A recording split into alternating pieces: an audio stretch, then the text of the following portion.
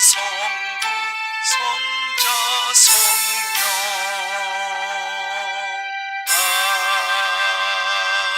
아멘. 거룩하시며 전능하신 하나님 아버지, 주님의 은혜에 감사 영광 드립니다. 무더운 날씨에 우리의 건강을 허락하시고 오늘도 거룩한 주일을 맞아 우리의 발걸음을 아버지 앞으로 인도하시어 머리 숙여 예배드리게 하시니 감사드립니다. 주님께서 우리에게 각별한 은혜와 사랑을 주셨지만 우리는 오히려 물질의 풍요로움에 몸과 마음을 쏟고 세상과 타협하여 세속적인 삶을 살아왔습니다. 이 불쌍한 죄인들을 용서하여 주시옵소서. 하나님 아버지, 주님의 핏밭으로 이곳에 귀한 제단을 세웠으니 제단을 통하여 주님 앞에 머리 숙인 우리가 하나님을 경외하고 이웃과 형제자매를 사랑하는 사랑의 제단으로 복음의 빛을 밝히는 구원의 제단이 되게 하여 주시옵소서. 이제 가을을 맞아 우리가 어디서 무엇을 하든 믿음 안에 행동하게 하시고 계절 중에도 주님 앞으로 한 발자국 더 다가가 흐트러진 몸과 마음을 다잡고 믿는 사람으로서의 행동을 하게 하시어 믿음 생활을 해가 되지 않도록 신앙인으로서 거듭날 수 있도록 영적으로나 육체적으로나 튼튼한 마음을 건강과 주시옵소서.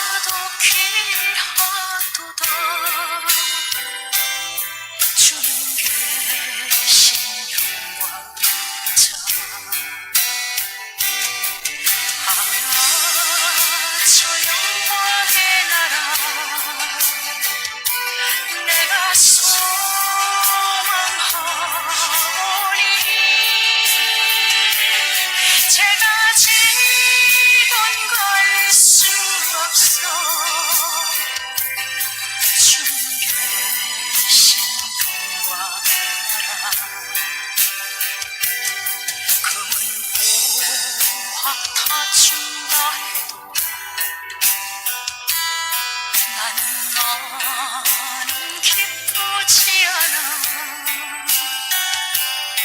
내 주님만 바라보니 세상 영화 부럽지 않아. 저 영광의 나라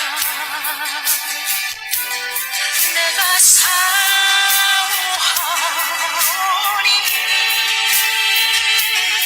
거듭난 자 갈 수 있어. 주님 계신 영광의 나라.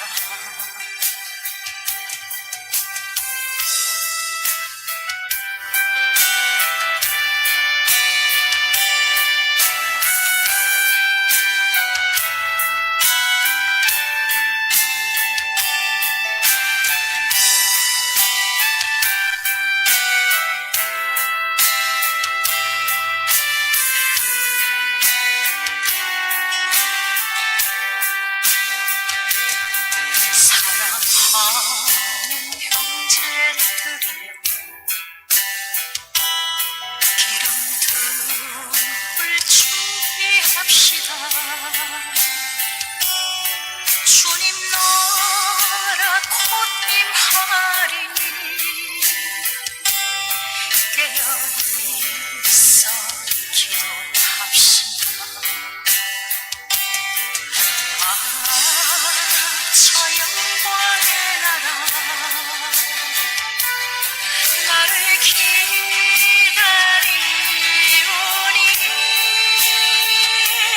할렐루야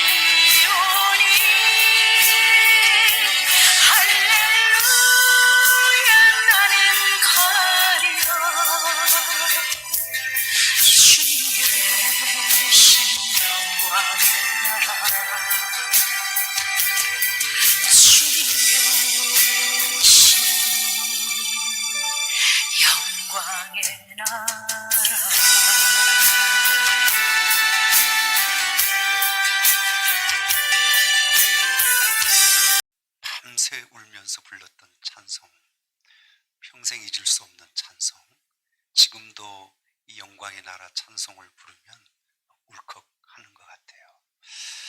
여러분에게도 은혜가 되셨는 줄 믿고요. 우리 옆에 계신 분 크게는 말 못하지만 하나님은 반드시 당신을 축복하십니다. 한번 인사하겠습니다. 하나님은 반드시 당신을 축복하십니다. 네, 믿으시고요, 소망하시기를 바랍니다. 오늘 우리 읽은 열왕기하 22장 1절 2절 이 말씀을 가지고 최악에서 최선으로 라는 제목으로 또 하나님 주신 은혜를 나누려고 합니다. 여러분이 열왕기하, 역대, 상하 이렇게 읽어보시면 이 유대 나라, 여러분 이스라엘 나라가 이렇게 나눠져서 남북으로 나눠진 거 아시죠? 북쪽은 북쪽대로 왕들이 계속 이어졌고요, 남쪽은 유다 이렇게 말하는데, 유다에도 유다 나름대로 왕들이 계속 이어졌어요. 우리나라 지금 대통령은 몇 대 대통령이죠? 열심히 사시니라 잘 모르시죠? 우리 몇 대 대통령 선거 준비해요? 저도 모르겠어요. 이렇듯 유대 나라도 왕들이 계속 이어져 갔다는 거예요. 그 왕들 중에 16대 왕이 있었어요. 그 왕 이름이 므낫세예요. 여러분은 잘 기억 못 하실지 모르는데 우리나라도 이렇게 대통령들을 쭉 비교하면서 가장 역대 가장 못했던 대통령이 누구냐 이렇게 막 따져보기도 하잖아요. 유대 나라도 그런 걸 봐요. 역대 유대 왕들 중에 가장 악한 왕이 누구냐 하면 누구도 부인하지 않고 므낫세 왕 이렇게 말합니다. 얼마나 악했는지 몰라요. 그 뒤를 이은 17대 왕이 그 아들 아몬이에요. 악한 왕이었어요. 그 다음 18대 왕, 오늘 우리 함께 나누려고 하는 이 18대 왕이 요시야 왕인데 아몬 왕의 아들이에요. 이 요시야 왕이 왕위에 오를 때 나이가 몇 세냐? 고작 8세, 8살이에요. 8살 먹은 아이가 나라를 잘 다스릴 수 있을까요? 못하겠죠. 그런데 성경은 오늘 보니까 이 8살 때 왕위에 오른 이 요시야 왕이 이스라엘 역대 왕 중에 가장 훌륭한 왕이라고 얘기합니다. 저도 깜짝 놀래요. 그래서 제가 여러분에게 이걸 확인시켜 드리려고 그래요. 자, 먼저 그 할아버지였던 이 므낫세 가장 악한 왕, 이 왕이 성경이 어떻게 평가하고 있냐면 한번 찾아 읽어보죠. 열왕기하 21장 11절에 이렇게 기록하고 있습니다. 띄워주시죠. 시작. 6절부터 11절 시작. 유다왕 므낫세가 이 가증한 일과 악을 행함이 그 전에 있던 아모리 사람들의 행위보다 더욱 심하였고 또 그들의 우상으로 유다를 범죄하게 했다. 하나님이 가장 싫어하는 게 우상 숭배거든요. 16절도 한번 보시면 시작. 므낫세가 유다에게 범죄하게 하여 여호와 보시기에 악을 행한 것 외에도 또 무죄한 자의 피를 심히 많이 흘려 예루살렘 이 끝에서 저 끝까지 가득하게 했다. 우상을 전 나라에 우상을 숭배하기 위해서 영적인 타락을 이루었던 것뿐 아니라 경건한 사람, 그 당시에 믿음의 사람들을 다 잡아다 죽였는데 그 피가 어디서 어디까지 흘렀답니까? 한두 명을 죽인 게 아니라 수없이 죽였어요. 전승에 의하면 이사야 선지자가 어떻게 순교한지 아시지요? 톱으로 그 몸을 잘라서 죽였거든요. 이사야 선지자를 톱으로 켜서 죽인 왕이 누구냐면 저 므낫세입니다. 그러니까 성경은 이 므낫세 왕이 역대 왕들 중에 가장 악한 왕이었다 이렇게 말해요. 그 뒤를 이어 그 아들 왕이 아몬 왕인데 아몬 왕에 대해서도 하나님은 성경을 통하여 이렇게 평가하셨어요. 역대하 33장 22절 23절 읽어보죠. 시작. 그의 아버지 므낫세의 행위와 같이 여호와 보시기에 악을 행하여 아몬이 그의 아버지 므낫세가 만든 아로새긴 모든 우상에게 제사하며 섬겼대. 여러분, 자신의 아버지가 그렇게 타락하는 것을 봤다면 이 아들은 그걸 안 해야 되잖아요. 근데 똑같이 자신의 아버지가 타락하고 악한 길을 갔던 그것을 그대로 걸어갑니다. 23절 이어보시면 이 아몬이 그의 아버지 므낫세가 스스로 겸손한 같이 여호와 앞에서 스스로 겸손하지 아니하고 더욱 뭐 했대요? 여러분, 깨닫고 바로 가야 하는데 아버지를 따라 더욱 악하게 살았다는 거죠.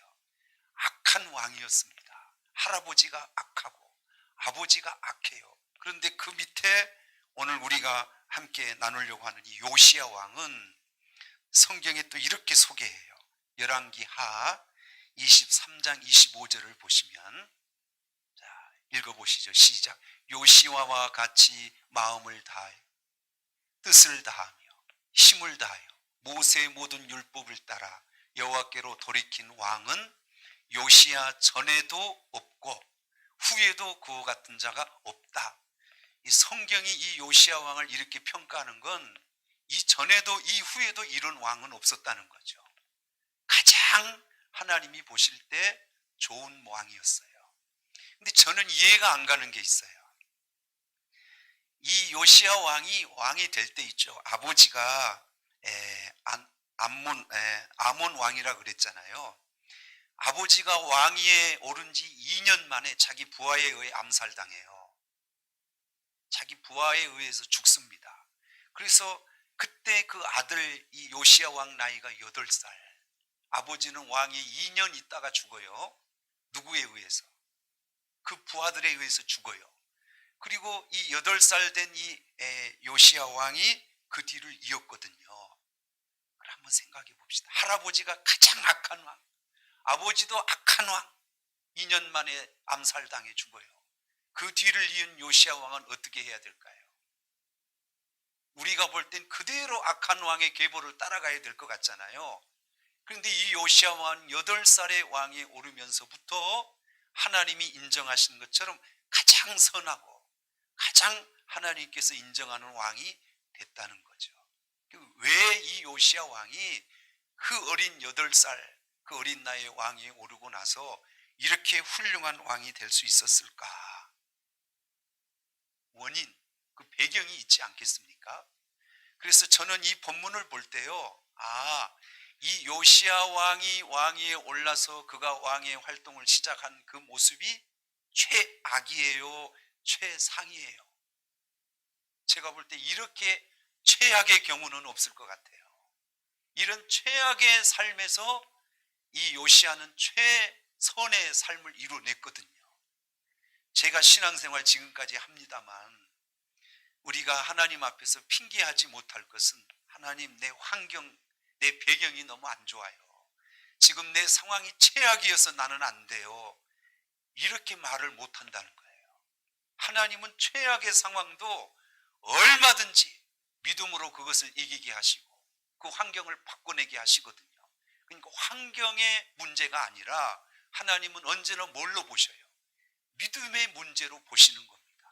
지금 우리가 겪고 있는 코로나 이 시대가 교회적으로 볼 때는 굉장히 최악입니다. 전쟁 때도 이렇게 우리 성도들이 많이 흔들리진 않았을 것 같아요. 근데 지금 이 전염병, 이 팬데믹, 이 코로나 시대에 우리 교회들이 다 쓰러져 가고 있어요. 이런 최악의 상황이 우리 기독교 역사상 또 있었을까? 여러분, 우리는 낙심할 필요가 없어요. 환경은 중요하지 않아요. 하나님은 언제나 그 최악의 상황 속에서도 뭘 보셔요? 우리 믿음을 보시는 겁니다. 그러니까 여기 우리 넘치는 교회 성도들은 환경을 탓하고 주변의 상황을 불평하지 마시고, 이럴 때일수록 우리는 요시야 왕 같이 뭘 굳게 붙들면 돼요. 너무 단순하고 그냥 식상한 얘기 같지만 우리가 뭘로 사는 사람이냐면 세상의 어떤 지식, 지혜, 배경, 권위, 권세, 영광으로 사는 게 아니라 우리는 오로지 믿음으로 사는 사람이거든요. 이해되시죠? 그래서 이 요시야 왕이 평생에 하나님 앞에 이뤘던 업적을 보니까 8살 때 왕위에 오르고 나서 바알 숭배 이 모든 제단들을 다 허물어요. 우상을 완전히 없애는데 남쪽 유다뿐만 아니라 북쪽에 있는 북이스라엘에 있는 그런 우상까지 다 종교개혁을 일으켜버립니다. 제가 생각해도 이건 기적이에요. 여러분, 우리 정치를 보시지만 뭐 제도 하나 바꾸는 게 쉬워요, 어려워요? 어렵습니다. 여당 야당 서로 다투며 반대 세력에 의해서 뭐 작은 거 하나 바꾸는 개혁도 쉽지 않아요. 그런데 이 요시야 왕은 온 이스라엘의 망연에 있는 이 우상을 다 깨트리고 부셔버리고 이 저 북쪽 이스라엘 나라까지 개혁을 이뤘다는 거예요. 제가 볼 때 대단합니다. 그런가 하면 성전을 수리하다가 율법책을 발견해요. 이것도 하나님의 기적이에요. 하나님 말씀이 없으면 이스라엘 백성이 방자하며 다 무너지고 망하거든요. 그때 하나님이 이 성경책을 주신 거예요. 그리고 또 하나는 이스라엘 역대 왕 누구도 유월절 제사를 드린 왕이 없는데 이 유월절 제사를 복원시켜요. 제가 볼 때 이 요시야 왕은 하나님이 전에도 후에도 없던 왕이라 이렇게 인정할 만합니다. 자, 여기까지는 이해되셨죠? 할아버지도 가장 악한 왕, 아버지도 악한 왕, 그리고 8살의 왕이 오른 이 요시야가 도대체 뭘 할 수 있었을까? 그가 이렇게 가장 선한 좋은 결과를 이루었던 이유, 배경이 뭘까? 이유는 하나예요. 요시야 8살 왕이 뭘 할 수 있겠어요? 어머니가 그 결정적인 이유입니다. 자, 우리 본문 한번 다시 보시죠. 1절을 읽어보겠습니다. 1절, 1절 시작. 그 앞에도 뭐 없어요? 요시야가 왕위에 오를 때 나이가 몇 세라? 8세라. 31년간 다스리는데 그 뒤를 잘 보세요. 그의 어머니의 이름은 누구래요? 여디다요. 무스갓 아다야의 딸이었다. 여러분, 8살짜리 아들 이 요시야가 왕위에 오를 때 누가 그 왕 요시야를 돌봤을까요? 어머니입니다. 이 요시야가 이렇게 훌륭한 왕이 될 수 있었던 배경은 어머니 여디다 때문이었다는 거죠. 자, 여기에 우리가 이 어려운 시대를 선으로 바꾸는 해답이 있다고 봅니다. 자, 한번 살펴보시죠. 가장 악한 할아버지, 그리고 가장 악한 왕 중에 또 하나 그 아버지, 그리고 그 집에 시집 온 사람이 누구냐면 이 며느리 여디다예요. 여러분이 만약 그런 집에 시집 가라 그러면 가겠어요? 안 가겠어요? 할아버지가 악해, 자기 남편이 악해, 그리고 남편이 얼마나 무능하고 악하면 자기 부하에게 암살당해요. 그걸 고스란히 보고 그 고통과 아픔을 겪는 사람이 누구예요? 아내 여디다. 8살짜리 아들이 하나 있는데 할아버지 그렇지, 아버지 암살당했지, 나라가 이렇게 갑자기 흉흉하고 이렇게 최악의 사태가 된 상황 속에 아들 그거 하나 있는 8살, 그게 왕이 됐을 때 이 어머니가 뭘 할 수 있겠냐는 거예요. 이 어머니 여디다의 입장에서 보면 그의 인생의 최악의 상황을 맞이하게 된 겁니다. 그런데 이 여디다가 이 상황을 반전시켜요. 최악을 최선으로 바꿔버립니다. 왜 그게 가능했을까? 오늘 본문은 이 여디다에 대한 얘기가 전혀 없어요. 오늘 본문에 언급된 이 한 절 딱입니다. 도대체 이 여디다라고 하는 이 여인이 어떤 사람인가? 이 여디다는 도대체 이런 최악의 상황 속에서 8살 요시야 왕을 왜 이렇게 가장 훌륭한 왕으로 세워갈 수 있었을까? 오늘 본문은 깊이 많은 부분에 이 설명을 하지 않지만 정황을 보고 우리가 살펴보면 저는 3가지라고 봅니다. 이 어머니가 이 3가지를 잘한 거예요. 첫째, 이렇게 최악의 상황, 우상에 쩌들어 있는 이 상황 속에서도 이 여디다는 이 아들을 8살 된 이 아들을 오직 하나님께서 주신 믿음의 길로 그를 양육했습니다. 믿음의 씨앗을 뿌린 겁니다. 저는 우리 사랑하는 성도들이 우리 자녀들을 위해서 여러 가지를 투자하고 많은 것들을 우리 자녀들을 위해서 쏟아내시는데요.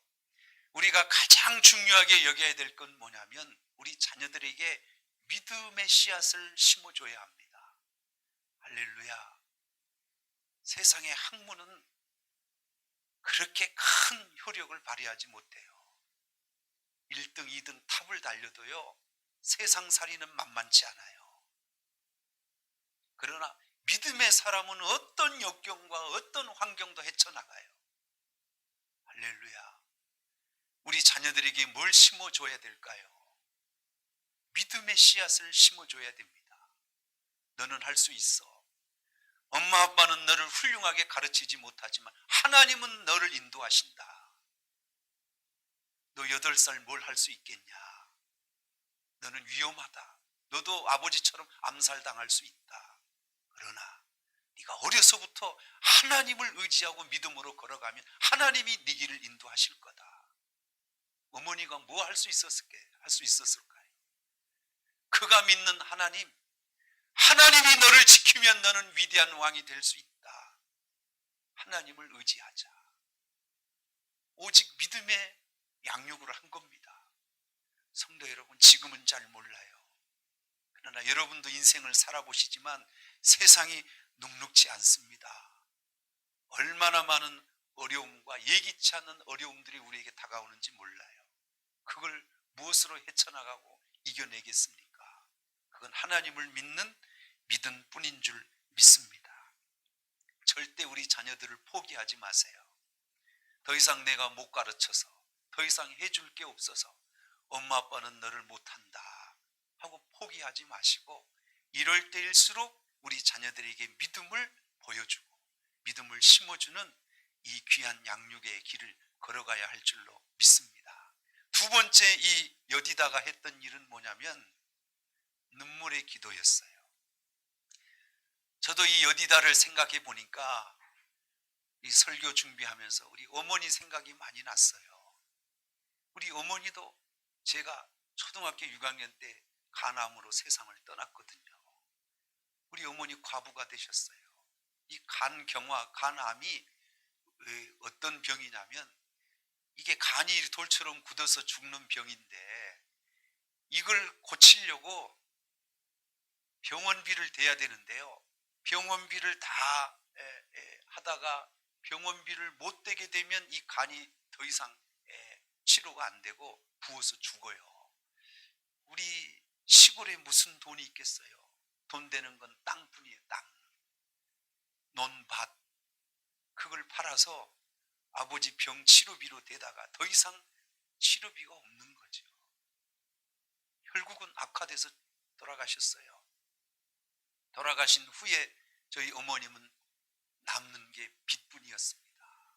그리고 제가 장남이었고 초등학교 6학년, 그 밑으로 아들 셋이 있었고 우리 막내는 그때 막 세상에 태어나서 핏덩이였어요. 돌도 안 됐어요. 이런 상황 속에 우리 어머니가 이 험한 세상을 헤쳐나가는 게 얼마나 힘드셨을까, 이런 생각을 해보고 어린 나이지만 제가 제 어머니를 바라볼 때 느꼈던 게 있어요. 전적으로 하나님을 의지하고 살았던 것 같아요. 비가 오나 눈이 오나 그 교회 그 새벽 기도 있잖아요. 수요예배, 금요철야, 교회 무슨 행사, 혼자 농사 지시면서 아이 넷을 가르쳐야 되는데 쉽지 않았을 텐데 우리 어머님이 어느 날 그러시더라고요. 우리 사형제를 이렇게 딱 모아놓고 손을 딱 잡더니 나는 너에게 해줄 게 없다. 그러나 하나님께서 우리를 도우시면 축복한다고. 내가 너에게 바라는 건 어려서부터 교회 예배 생활, 믿음 생활 잘하는 게 엄마의 소원이다. 그래서 저는 지금까지요, 저희 어머니가 저에게 뭐 육신적으로 해준 건 그렇게 없어요. 그러나 그 어렸을 적에 저에게 하셨던 그 말씀, 엄마로서 너에게 해줄 건 없지만 그러나 너에게 간절히 바라는 소원 하나는 어려서부터 교회 생활, 믿음 생활 잘해야 된다. 이게 어머니의 소원이었어요. 제가 고등학교를 비금 섬에서 목포로 이렇게 자취를 나왔거든요. 여러분, 목포 하면은 유명한 게 있습니다. 이거 주먹이 조금 유명합니다. 그래서 부모를 떠나서 이 목포에 이렇게 자취 생활을 했던 이 고등학생들은 웬만하면 거의 탈선을 많이 했어요. 저도 얼마든지 탈선할 수 있는 유혹이 있었습니다. 그런데 그때마다 제 기억 속에 남아있는 건 뭐냐면 어머니의 그 말씀이었어요. 너에게 원하는 건 없다. 오직 하나님만 붙들고 교회 생활 잘해라. 이게 어머니의 소원이었어요. 그래서 그 생각 때문에 제가 탈선할 수가 없었고, 우리 어머니는 저희들 앞에서는 눈물을 그렇게 많이 안 보이셨던 것 같아요. 그러나 어느 날 문득 보면 울고 계신 적이 많았어요. 성도 여러분, 여기 우리 권사님들도 계시고 우리 성도님들도 계시지만 저는 울면서 하나님 앞에 기도한 분들이 은혜를 못 받는 걸 못 봤어요. 울면서 기도하시면 은혜를 주십니다. 자녀를 위해서 울어보셨나요? 영혼을 위해서 울어보셨나요? 적어도 이 여디다는 할 수 있는 게 눈물뿐이었어요. 저 8살짜리 아이, 아무것도 모르는 저 아이가 정적들이 시시각각 암살하려고 하는 이 부하들 속에서 하나님, 내 아들이 살아남고 훌륭한 왕이 될 수 있는 길은 하나님의 도우심뿐입니다. 울었어요. 언제부턴가 우리 눈에 눈물이 말라버렸습니다. 지금 한국 교회를 바라보고 울으셔야 되고요. 우리 교회와 우리 성도들을 바라보며 눈물을 흘려야 할 때입니다. 이 눈물의 기도가 최악을 최선으로 바꿔놓는 것입니다. 이런 눈물을 달라고 기도하시지요.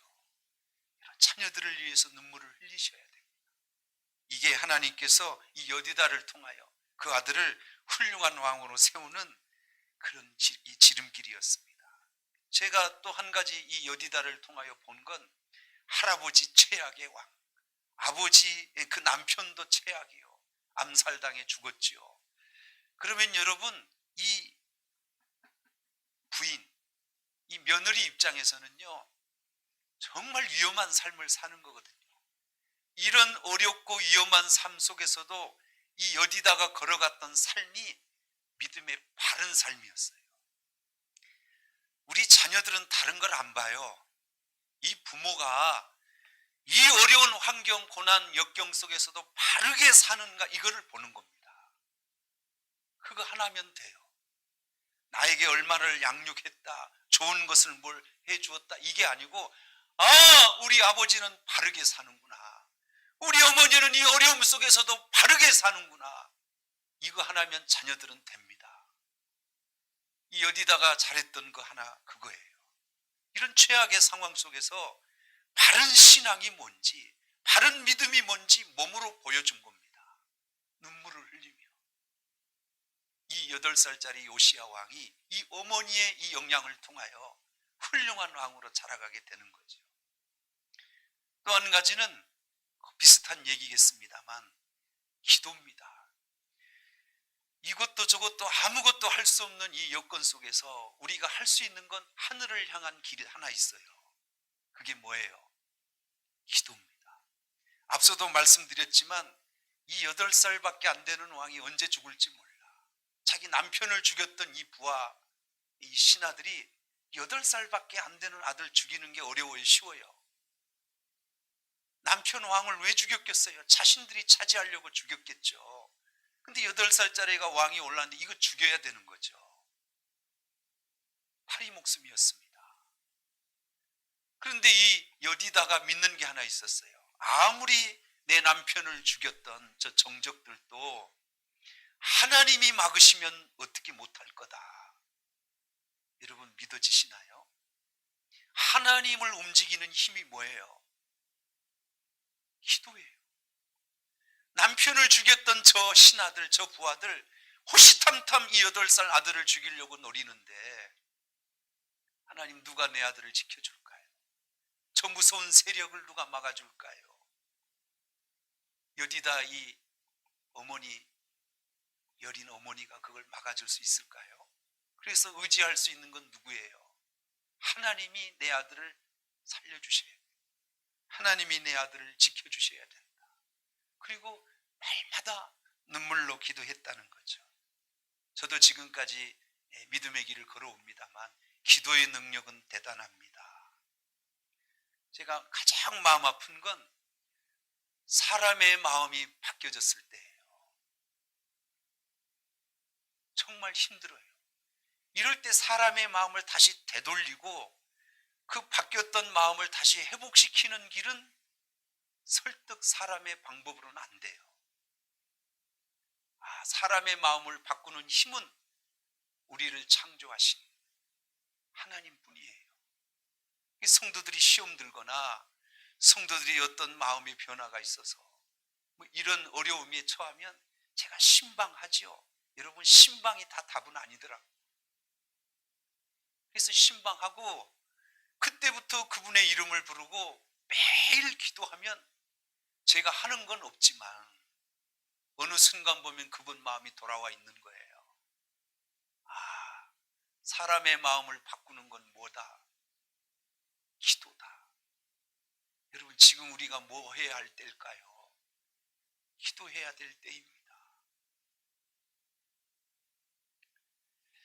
한 가지 더 궁금한 게 있었어요. 오늘 본문을 보면서 이 여디다라고 하는 이 여인은 어떻게 이런 최악의 상황 속에서 이렇게 훌륭한 왕을 세워갈 수 있는 그런 위대한 신앙을 어떻게 가졌을까?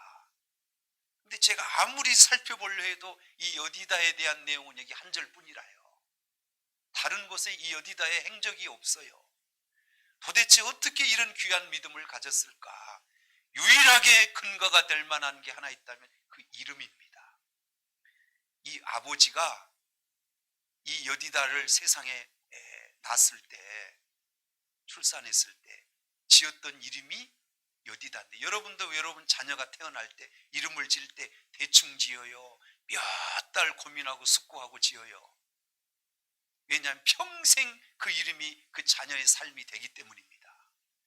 그래서 이 여디다라고 하는 이름을 이 아버지가 많이 기도하고 지었을 텐데, 제가 성경을 보니까 이 여디다라고 하는 이름 뜻이요, 사랑하다, 이런 뜻이에요. 누구를 사랑하다 이걸까요? 그래서 이 여디다라고 하는 이름이 성경에 또 있나 살펴봤더니 있어요. 솔로몬의 이름이 여디다예요. 이 솔로몬이 솔로몬의 이 다윗이 그 밧세바를 범하고 그래서 태어난 아이가 솔로몬이잖아요. 그래서 한동안 이 범죄 때문에 나단 선지자에게 책망을 받고 침상에 눈물로 띄울 정도로 회개를 했어요. 이때 나단 선지자가 찾아와서 이 솔로몬에 대해서 내 이름을 여디디아라 이렇게 바꿔줬어요. 이 여디디아라고 하는 이름이 뭐냐면 여호와를 사랑하는 자, 이런 뜻이에요. 그러니까 여디다나 솔로몬의 이름이나 똑같죠. 그러면 이름의 뜻이 뭐라고요? 여호와를 사랑하는 자. 이 여디다가 이렇게 훌륭한 믿음을 가졌던 이유는 그 이름에서 찾아볼 수 있는데, 그 비결은 누구를 사랑했기 때문이에요. 여호와를 사랑했기 때문에 이런 믿음을 가졌고, 최악의 상황 속에서 최선의 열매를 거두는 이런 믿음의 역사를 이루었다 하는 것을 우리에게 보여주고 있습니다.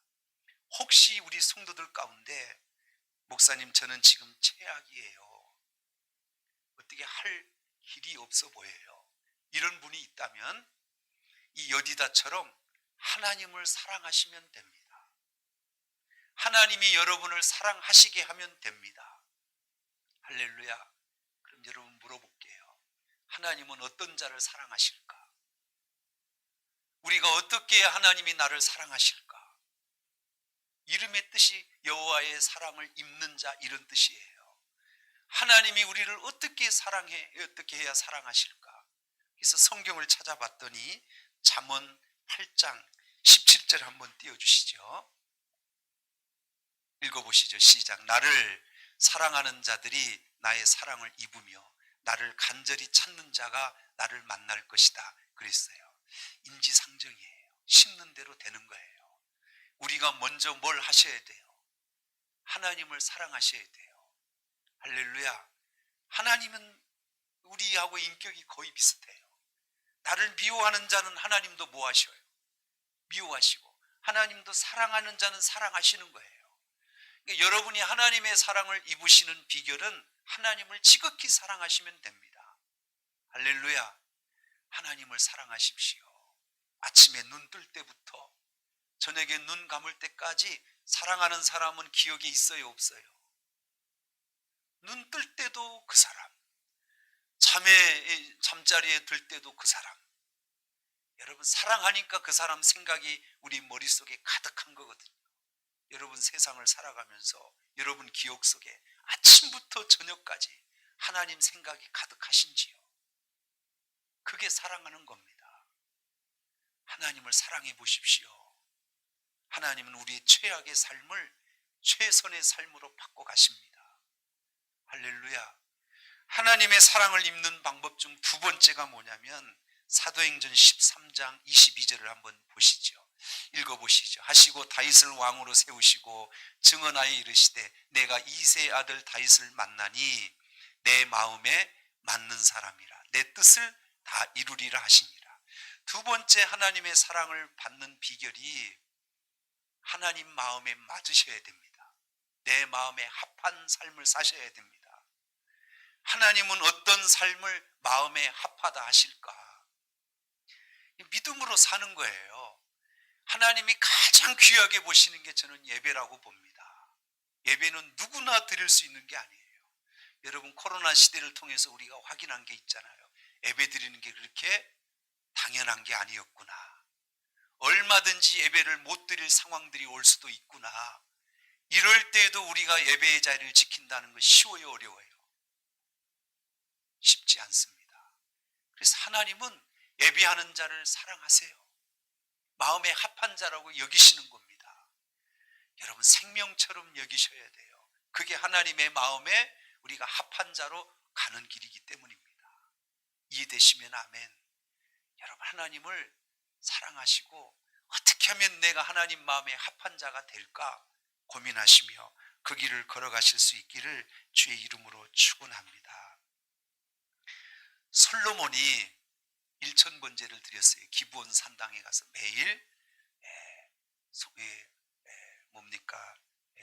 암소 한 마리씩 하나님 앞에 드리면서 1000번제를 드렸거든요. 이때 하나님께서 어느 날 나타나서 솔로몬아 내가 너에게 뭘 해주기를 원하느냐 소원이 뭐냐 이렇게 물었을 때 솔로몬이 그렇게 하나님 앞에 대답했어요. 나는 어린 자다. 내 백성의 출입을 알지 못한다.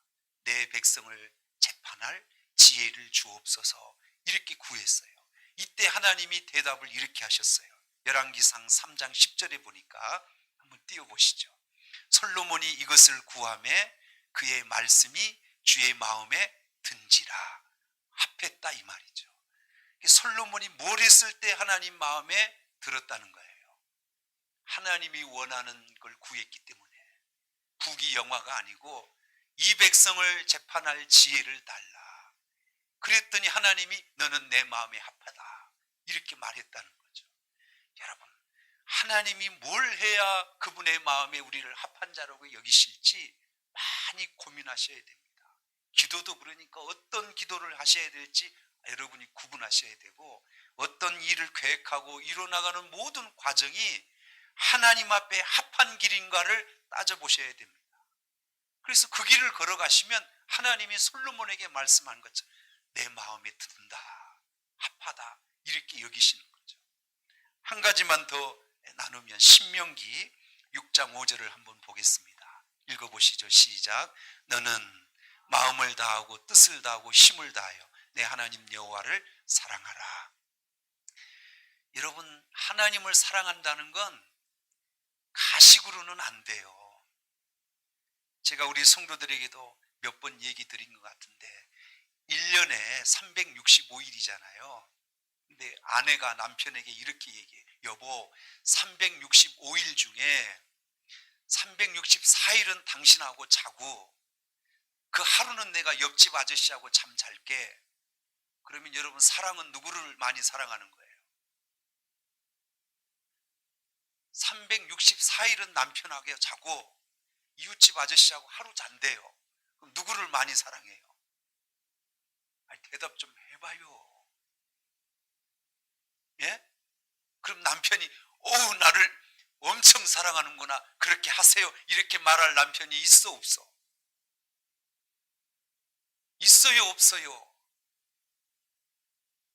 마음을 다하고 뜻을 다하고 뭔 뜻이에요 이게? 100개 중에 99개는 하나님께 잘하고 한 가지는 내가 내 맘대로 할게요. 이러면 사랑하는 거요, 안 하는 거예요? 그게 안 된다는 거예요. 사랑은 그게 안 되는 거예요. 그게 364일을 남편 사랑하고 이웃집 아저씨 하루 사랑하는 거, 그게 안 되는 거예요, 사랑이. 그래서 사랑은 어떤 사랑이어야 돼? 마음을 다할 수밖에 없어. 뜻을 다할 수밖에 없어요. 이렇게 하나님을 사랑하면 하나님이 우리를 사랑하신답니다. 성도 여러분, 다시 한번 부탁드립니다. 지금 우리가 처하고 있는 상황은 결코 최악의 상황이지 최선이 아니에요. 기독교가 힘을 잃어버렸습니다. 교회가 다 무너져 가고 있습니다. 성도들의 신앙도 많이 무너져 가고 있어요. 그런데 여러분, 길이 있어요. 여디다는 그 길을 이루어 갔어요. 그 선한 길을 걸어갔어요. 환경은 최악이었지만 그는 최선의 삶을 만들어 갔습니다. 우리도 할 수 있어요. 우리가 처한 상황이 어쩌면 최악의 상황일지 모르지만, 그러나 하나님은 이 상황도 얼마든지 바꾸셔서 최선의 삶으로 우리를 축복해 가실 줄 믿습니다. 우리 여디다처럼 걸어가시면 됩니다. 할렐루야. 이 시대의 여디다가 저와 여러분이 되셔야 합니다. 기도하십시오. 바른 길을 걸어가십시오. 눈물로 주님 앞에 간구하십시오. 하나님은 반드시 이 요시야 왕을 훌륭한 왕으로 세웠던 이 여디다와 같이 저와 여러분을 사용하셔서 이 시대에 최선의 축복을 이루어가는 기적을 만드실 줄 믿습니다. 그 기적의 주인공이 다 저와 여러분이 되시기를 마지막으로 축복하고 축원합니다.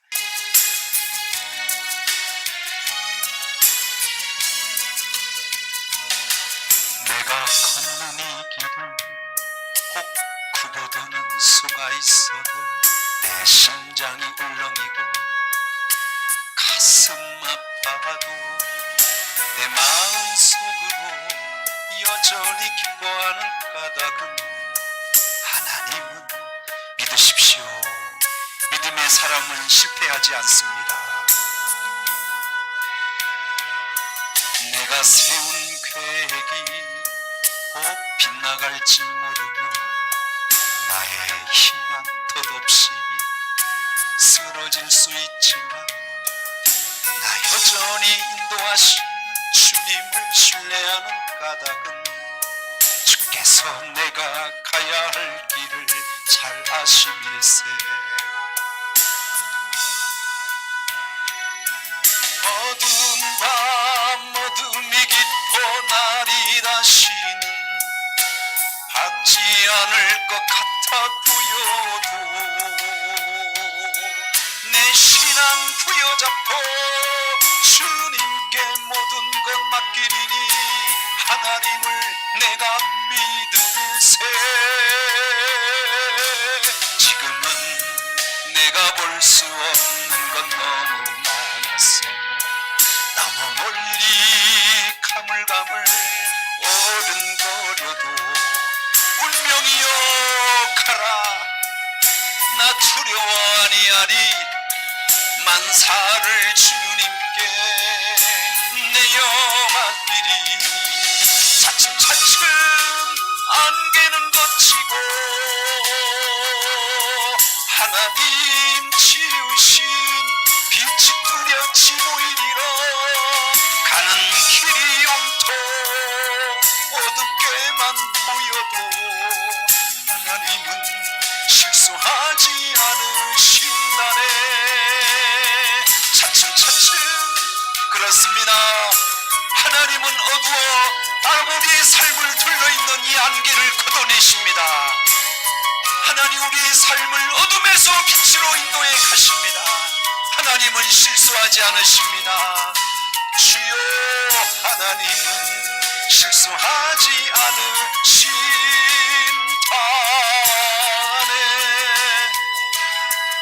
우리 가슴에 손을 얹어주시고 해보셨지요? 살아와 보셨지요? 우리의 뜻과 우리의 계획대로 되는 것, 그게 인생이 아닙니다. 하나님이 도와주셔야 합니다. 환경은 어쩌면 우리 편이 아니에요. 그러나 이 환경을 선으로 바꿔가시는 분은 하나님뿐입니다. 우리에게 여디다 같은 믿음을 주옵소서. 눈물의 기도를 허락하여 주옵소서. 우리 주님 주신 말씀 기억하시고 힘차게 주님 한번 외치며 기도하겠습니다.